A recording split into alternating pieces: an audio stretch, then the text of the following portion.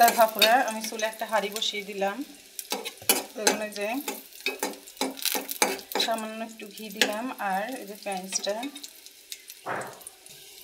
তা আমি এখানে কোনো তেল ইউজ করব না, কারণ এই কবুতরটা আমার হাজব্যান্ডের জন্য রান্না করতেছি। ওনার ফ্যাটি লিভার, উনি কোনো তেল খেতে পারে না, তো সেজন্য আমি তেল ছাড়াই আজকে রান্নাটা করব।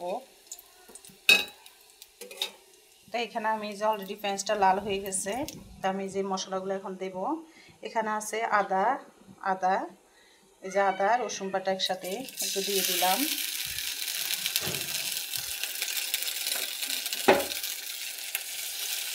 দিয়ে দিব এই যে একসাথে বেটে নিলাম সেই মশলাগুলো।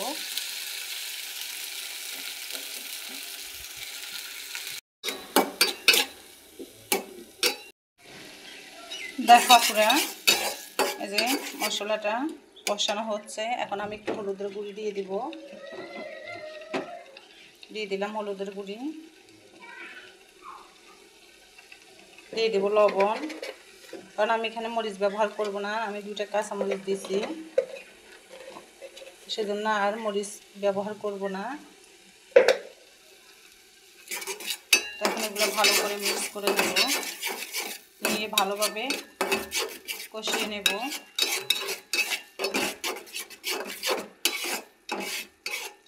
কষানো হয়ে গেলে তারপর আমি মাংসগুলো দিয়ে দেব।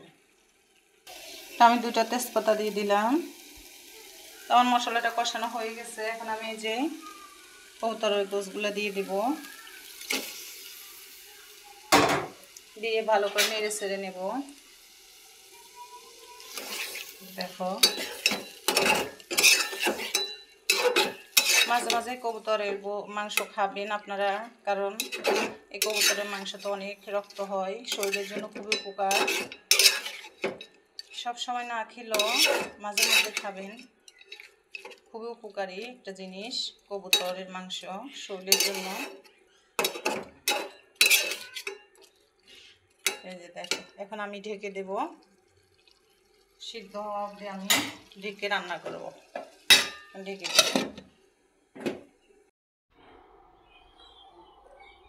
এই যে দেখো পুরা কবুতর মাংসটা হয়ে গেছে, দেখো কত সুন্দর হয়েছে।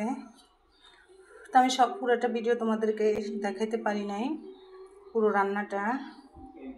তো আমি একদম কমপ্লিট হয়ে যাওয়ার পরে তোমাদেরকে দেখাচ্ছি।